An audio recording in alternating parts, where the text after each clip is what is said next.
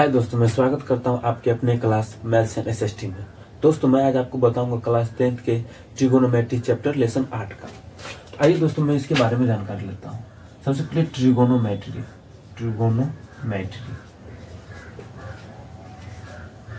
त्रिकोणमिति इसका हिंदी होता है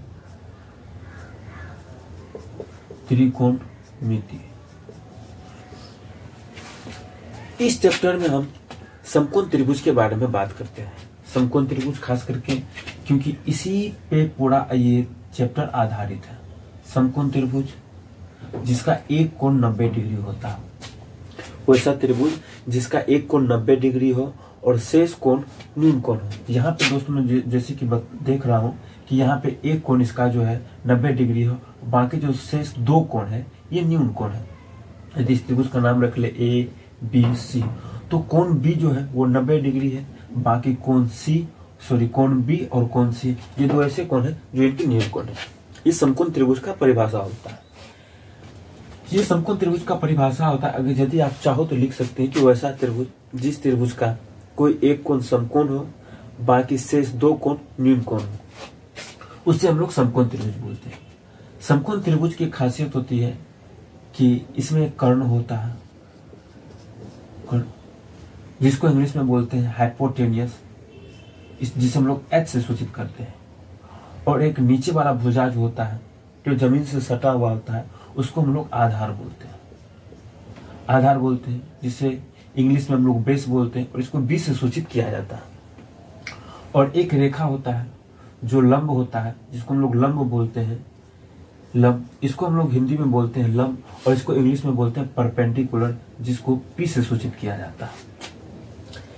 लेकिन दोस्तों, हमें ये बात पूरे तरीके से कंफर्म होने के लिए कि इसमें यही लंब है या यही लंब है, इसके लिए एक सिद्धांत होता है।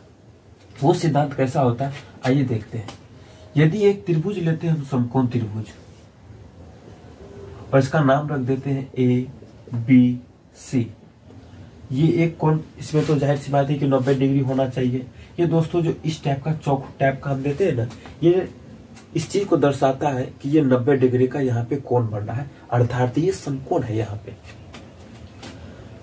तो इसमें ये जो कर्ण होती है ना, तिरछी जो रेखा होती है, इसको हमेशा हम लोग कर्ण ही बोलते हैं, और ये कभी भी नहीं बदलता है। और समकोण त्रिभुज का सबसे बड़ा भुजा हम लोग कर्ण ही बोलते हैं। जो कर्ण होता है, ये समकोण त्रिभुज का कर्ण, समकोण त्रिभुज का सबसे बड़ा भुजा, सबसे बड़ा भुजा कौन सा होता है दोस्तों, कर्ण होता है।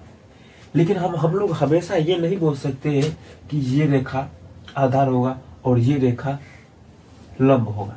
इसके लिए एक तरीका होता है कि हम लोग जिस कोण का बात करेंगे, यानी कि यहाँ पे थीटा, कोण को हम लोग थीटा से सूचित करते हैं। तो अगर हम कोण बी का बात करें, तो कोण बी से जिस कोण का बात करेंगे, उसके सामने वाले भुजा को हम लोग लंब बोलते हैं। तो जैसा कि देख रहे हैं, अगर हम कोण बी का बात कर रहे हैं, तो कोण, जिस कोण का बात करेंगे, उस कोण को या जिस कोण का मान निकालेंगे, जिस कोण पे मेरा ध्यान रहेगा, उस कोण के सामने वाले भुजा को, हम लोग क्या बोलते हैं, लंब बोलते हैं। क्या बोलते हैं, लंब बोलते हैं। यानी कि पी परपेंडिकुलर से, यानी कि पी से उसको हम सूचित करते हैं। और ये कर्ण हो गया, ये लंब गया, तो जाहिर सी बात है कि ये क्या होगा, आधार होगा। लेकिन फिर भी जिस कोण का बात करेंगे, उस कोण से सटे हुए भुजा को हम लोग आधार बोलते हैं। क्या बोलते हैं दोस्तों, आधार बोलते हैं। और जिसको हम लोग बी से सूचित करते हैं और कर्ण को एच से सूचित करते हैं। यदि अगर हम ठीक इसी तरीके का एक फिगर बनाते हैं, अगर हम ऐसा फिगर बनाते हैं, तो दोस्तों ये भी समकोण त्रिभुज है, क्योंकि इसका एक कोण समकोण है, एक कोण 90 डिग्री है, और बाकी जो दो कोण है वो न्यून कोण है। यदि इसका नाम रख लेते हैं पी क्यू आर, और इस बार हम पी कोण का बात कर रहे हैं। यहाँ पे जो कोण होगा मेरा वो थीटा है, जो पी है, हम बात कर रहे हैं पी कोण से। यहां से हमको देखना है, अब आपको बताना है कि इसमें लंब कौन सा है और इसमें आधार कौन सा है। लेकिन सबसे पहले तो एक बात तो ये कन्फर्म है कि ये जो भुजा है ये मेरा कर्ण है, और कर्ण कभी बदलता नहीं, और कर्ण जो है किसी भी समकोण त्रिभुज का सबसे बड़ा भुजा होता है। लेकिन आधार और लंब में से हर बार ये जरूरी नहीं है कि कर्ण ही बड़ा होगा, लंब ही बड़ा होगा या आधार बड़ा होगा। ये हम लोग कभी भी सुनिश्चित नहीं कर सकते हैं, क्योंकि अगर हम एक फिगर बनाते हैं समकोण त्रिभुज का तो इसमें हम देखते हैं कर्ण तो सबसे बड़ा है ही, लेकिन ये जो आधार वाला रेखा है इस बार ये बड़ा हो गया और यहाँ पे लंब छोटा हो गया। अगर हम इसी त्रिभुज को हम ऐसे बनाते हैं समकोण त्रिभुज को, तो यहाँ पे देखते हैं एक तो समकोण हो गया, ये कर्ण तो बड़ा रहेगा ही, लेकिन ये जो होगा आपकी बार लंब बड़ा हो गया और यहाँ पे आधार छोटा हो गया। तो ये दोनों हमेशा कभी बड़ा छोटा होते रहता है, इसलिए फिक्स है कि ये दोनों कंफर्म नहीं बता सकता है कि आधार और क्या कहता है लंब में से कौन बड़ा होगा। लेकिन ये दोनों भुजा की तुलना में ये हमेशा कर्ण बड़ा होता है। तो इसमें बता रहे थे दोस्तों कि इसमें कौन सा कर्ण, कौन सा लंब होगा और कौन सा आधार होगा। तो हमने आपको बताया था इस फिगर में कि कोण के सामने वाले भुजा को हम लोग बोलते हैं लंब। तो कोण का सामने वाला भुजा का इस भुजा होगा लंब, और कोण के संलग्न भुजा को यानी कि कोण से जो सटा हुआ भुजा होगा उसको हम लोग बोलते हैं आधार। कोण के ठीक सामने वाला भुजा को हम लोग लंब बोलते हैं, और कोण के संलग्न भुजा को यानी कि जो सटा हुआ भुजा रहेगा उसको हम लोग आधार बोलते हैं। यहाँ पे जिसे देख सकते हैं हम लोग उसको आधार बोलते हैं। तो समकोण त्रिभुज में इस बात का ध्यान रख करके हम लोग क्या करते हैं, लंब आधार को डिसाइड करते हैं। लेकिन जो कर्ण होता है वो हमेशा फिक्स होता है कि सबसे बड़े वाले भुजा को हम लोग कर्ण बोलते हैं। यहां से एक तरीका निकलता है, एक रूल निकलता है, एक सूत्र निकलता है, एक सर्व समीका निकलता है। वो सर्व समीका ऐसे होता है कि कर्ण बराबर, कर्ण हमेशा बड़ा होता है होगा, कोण के सामने वाला भुजा होगा लंब, और कोण के संलग्न भुजा को यानी कि कोण से जो सटा हुआ भुजा होगा उसको हम लोग बोलते हैं आधार। कोण के ठीक सामने वाला भुजा को हम लोग लंब बोलते हैं, और कोण के संलग्न भुजा को यानी कि जो सटा हुआ भुजा रहेगा उसको हम लोग आधार बोलते हैं। यहाँ पे जिसे देख सकते हैं हम लोग उसको आधार बोलते हैं। तो समकोण त्रिभुज में इस बात का ध्यान रख करके हम लोग क्या करते हैं, लंब आधार को डिसाइड करते हैं। लेकिन जो कर्ण होता है वो हमेशा फिक्स होता है कि सबसे बड़े वाले भुजा को हम लोग कर्ण बोलते हैं।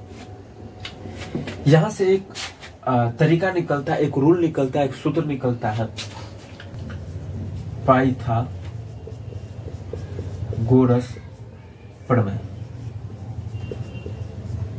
ये पाइथागोरस प्रमेय है। इस पाइथागोरस प्रमेय का हम समझते हैं। पाइथागोरस में कुछ फॉर्मूले होते हैं, जैसे कि कर्ण बराबर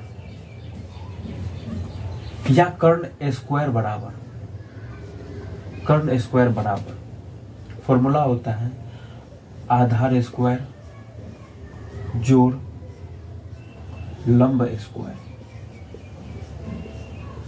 लंब स्क्वायर। यदि अगर इसको हम शॉर्टकट में लिखें तो हम लोग कर्ण को बोलते हैं h, तो h स्क्वायर बराबर आधार को हम लोग बोलते हैं b स्क्वायर प्लस लंब को हम लोग बोलते हैं p, तो यहाँ पे हो जाएगा p स्क्वायर। यदि हम h पर से रूट हटाए तो सामने पे h पर से यदि हम स्क्वायर हटाए तो सामने पे रूट जाता है, तो h बराबर root under b square plus p square. ये हम लोगों का पहला सूत्र है। ये वही सर्व समीकरण से बना है दोस्तों। ये h बराबर क्या होता है, जब यानी कि सबसे बड़ा भुजा का लंबाई ज्ञात करना होगा, जब हमें सबसे बड़े वाले भुजा का लंबाई ज्ञात करना होगा। जाहिर सी बात है कि कर्ण सबसे बड़ा है। यदि हमें सबसे बड़े वाले भुजा का हमको लंबाई ज्ञात करना है तो हमको दोनों इससे छोटे भुजा के स्क्वायर को हमको जोड़ना होगा, तब ये जाकर के इससे तुलना कर सकता है, जैसे कि हमने आपको सर्व समीकरण में बताया। ठीक उसी टाइप से यदि अगर हमको छोटे वाले भुजा आधार का मांग लेता है तो आधार बराबर क्या होगा, तो आधार बराबर होगा, ये इसका तभी तुलना कर सकता है जब h स्क्वायर यानी कि बड़े वाले भुजा में से ये छोटा वाला भुजा को हम घटाएंगे। तो ये दूसरा सूत्र होता है, यानी कि b बराबर h square minus p square. ये दूसरा फॉर्मूला है दोस्तों। ठीक इसी तरीके से ये फर्स्ट फॉर्मूला हुआ, ये सेकेंड फॉर्मूला हुआ। अब तीसरा फॉर्मूला है पी स्क्वायर। तो पी स्क्वायर का क्या होगा, तो पी स्क्वायर बराबर होगा, ये सेम काम होगा, H square minus B square, यानी कि पी बराबर, सॉरी ये नहीं होगा, यानी कि पी बराबर root under H square minus का बी स्क्वायर। ये हम लोग का तीसरा फॉर्मूला है, ये तीसरा फॉर्मूला है। तो ये है पाइथागोरस प्रमेय का फॉर्मूला। तो ये पाइथागोरस फॉर्मूले को हम लोग को याद करना बहुत ही जरूरी है, क्योंकि इसकी बिना हम लोग का सवाल आगे नहीं बन सकता है। लेकिन इसमें ज्यादा कुछ याद करने के लिए है नहीं, इसमें बस इतना है कि हमें बस याद करना, अगर बड़ा भुजा का लंबाई मांगेगा तो सिर्फ दोनों भुजा को हमको जोड़ना होगा, ये रूट अंडर स्क्वायर तो ये हमेशा याद रहता है। ठीक उसी टाइप से यदि हम लोगों को छोटा भुजा मांगे, चाहे वो पी हो, परपेंडिकुलर हो, चाहे वो बेस हो, यानी कि वो चाहे वो आधार हो या लंब हो, तो उसको हमको बड़े वाले भुजा में से घटाएंगे, यहाँ से भी बड़े वाले भुजा में से घटाएंगे। अगर हमको यहाँ पे जैसे देख सकते हैं, यहाँ पे हमको लंब मांग रहा है, तो बड़े वाले भुजा में से हम आधार को घटाएं। यदि हमको आधार मांगेगा तो हम लोग को कर्ण में से लंब को घटाना है। बस इतना ध्यान में रखना है, ये माइंडसेट रखना है, और आपको ये आसानी से याद हो जाएगा। आई होप कि आप लोगों को याद हो ही गया होगा। तो आइए दोस्तों, अब हम लोग कुछ निष्पत्तियों के बारे में जान लेते हैं। निष्पत्तियां जैसे कि हम लोग बोलते हैं साइन, कॉस, टेन, कोसेक, सेक, कॉट। ये 6 निष्पत्तियां हैं और 6 निष्पत्तियां हमें याद रखना है। साइन, कॉस, टेन, कोसेक, सेक और कॉट, ये 6 निष्पत्तियां के बारे में हम और भी कुछ जानते हैं। जैसे कि साइन, साइन का अपोजिट होता है कोसेक, साइन का अपोजिट होता है कोसेक, यानी कि साइन का जस्ट उल्टा होता है कोसेक। उसी तरीके से कॉस का जस्ट उल्टा होता है सेक, उसी तरीके से टेन का जस्ट उल्टा होता है कॉट। यानी कि हम लोग इसको ऐसे लिख सकते हैं, साइन थीटा हम लोग लगा सकते हैं, थीटा, तो साइन थीटा बराबर 1/cos थीटा। ये दोस्तों फॉर्मूला है, और ध्यान रखिए ये फॉर्मूला कई बार ऑब्जेक्टिव के रूप में सीधे सीधे पूछ दिए हैं, डायरेक्ट है। इसी तरीके से हम लोग कॉस को लिख सकते हैं, कॉस थीटा को हम लोग लिख सकते हैं 1/sec थीटा। जिस तरह हम लोग साइन को उल्टा लिखते हैं 1/cos थीटा, उसी तरीके से हम लोग इसको ऐसे भी लिख सकते हैं कोसेक थीटा बराबर 1/sin थीटा। इसी तरीके से हम लोग इसे भी लिख सकते हैं सेक थीटा बराबर 1/cos थीटा। ठीक इसी तरीके से टेन थीटा बराबर 1/cot थीटा। इसी तरीके से हम लोग कॉट को भी लिख सकते हैं, कॉट थीटा बराबर 1/tan थीटा। एक बार ध्यान रखें दोस्तों कि कभी भी हम लोग को ये निष्पत्तियां लिखने में कर्सिव का बिल्कुल भी यूज नहीं करना है। जैसे हम लोग साइन को ऐसे नहीं लिख सकते, हम लोग ऐसे नहीं, ये गलत हो जाएगा। कभी भी टेन है तो हम लोग को टेन को हम लोग ऐसे नहीं लिखना है, कोसे को हम लोग ऐसे लिखना है, यानी कि हम लोग को कर्सिव बिल्कुल ही नहीं लिखना है। कर्सिव लिखेंगे तो हम लोगों का ये मार्क यहाँ पे कट जाएगा। तो इसलिए हम लोगों को कभी भी जो है कर्सिव यूज करने का जरूरी हम लोगों को नहीं है। तो आइए अब हम लोग देखते हैं आगे। तुम लोगों को कभी भी कर्सिव नहीं लिखना है।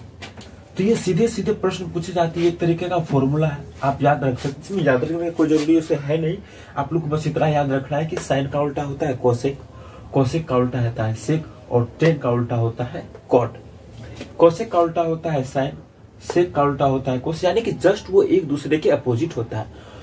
आइए मैं देखता हूं दोस्तों, अब यहाँ पे कुछ फॉर्मूले यहाँ से होते हैं, जैसे कि साइन थीटा बराबर क्या होता है। अब हम लोग अनुपातिक फॉर्मूला के बारे में हम लोग जानेंगे।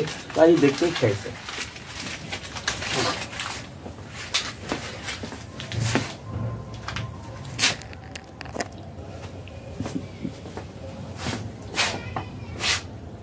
तो आइए दोस्तों, मैं अब अनुपातिक फॉर्मूला देखता हूं। अनुपातिक फॉर्मूला, रेशियो फॉर्मूला, इसी को हम लोग बोलते हैं अनुपातिक फॉर्मूला को कभी भी कर्सिव नहीं लिखना है। तो ये सीधे सीधे प्रश्न पूछे जाती है, एक तरीके का फॉर्मूला, इसी को हम लोग बोलते हैं अनुपातिक फॉर्मूला। फॉर्मूला यानी कि सूत्र। तो आइए देखते हैं इसका एक दोस्तों, इसे याद रखने का एक तरीका होता है और उस तरीके से मैं आपको डायरेक्ट उसका मान रखने के लिए मैं आपको बता देता हूं। जैसे कि इसको हम लोग पढ़ेंगे लाल बटे, ये पूरा का पूरा बटे है लाल बटे कक्का। यहां पे दोस्तों हमें रखना है साइन,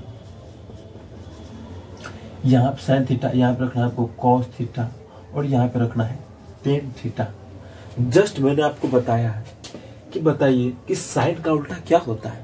तुमने आपको बताया है कि साइन का उल्टा होता है कोसेक, कॉस का उल्टा होता है सेक और टेन का उल्टा होता है कॉट।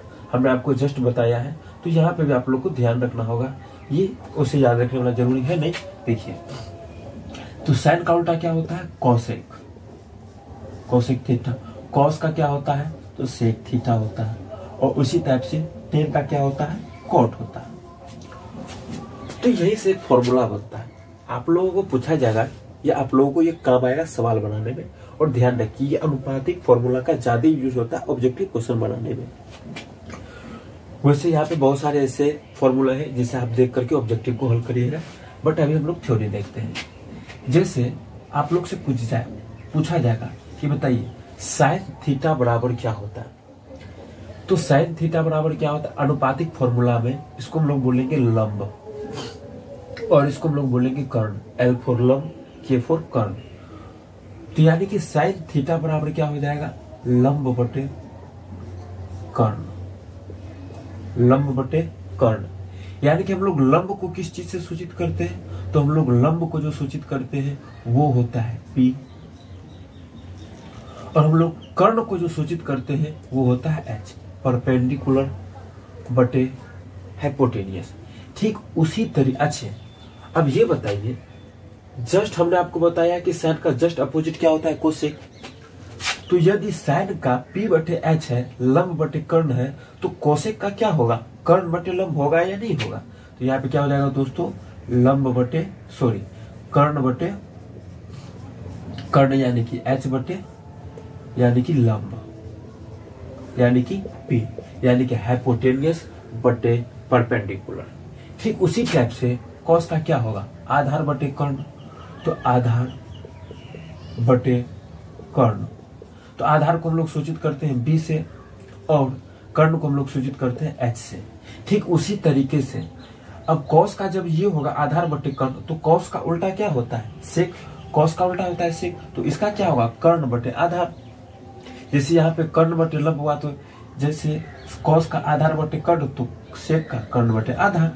तो इसका क्या हो जाएगा दोस्तों, तो इसका हो जाएगा कर्ण बटे यानी कि H आधार, आधार यानी कि B। उसी टाइप से हम टेन का देखते हैं तो लंब बटे आधार। तो यहाँ पे हम लोग लिख सकते हैं लंब बटे आधार। तो लंब को हम लोग बोलते हैं P और आधार को हम लोग बोलते हैं B। यदि लंब बटे आधार होगा टेन का, तो कोट का क्या होगा आधार बटे कर्ण। तो यहाँ पे हम लोग लिख सकते हैं कोट का आधार बटे कर्ण यानी कि B बटे H। ये रहा हमारा अनुपातिक फॉर्मूला, इसको हम लोग बोलते हैं रेशियो फॉर्मूला, अनुपातिक फॉर्मूला। ध्यान रखिए आपसे बहुत सारा पूछेगा कि बताइए साइन थीटा बराबर क्या होता है। तो भाई साइन थीटा बराबर तो लंब बटे कर्ण भी होता है, साइन थीटा बराबर होता है root under cosec square minus 1 भी होता है, 1 माइनस कोसेक, यानी बहुत सारा फॉर्मूला है। लेकिन कौन सा फॉर्मूला पूछ रहे हैं, साइन थीटा बराबर होता है cos 90 माइनस थीटा, ये भी तो होता है, लेकिन हमको कौन सा फॉर्मूला बताना है, ये प्रत्येक फॉर्मूला का नाम होता है। ठीक उसी तरीके से इस फॉर्मूला का भी नाम है और इस फॉर्मूला का नाम है अनुपातिक फॉर्मूला।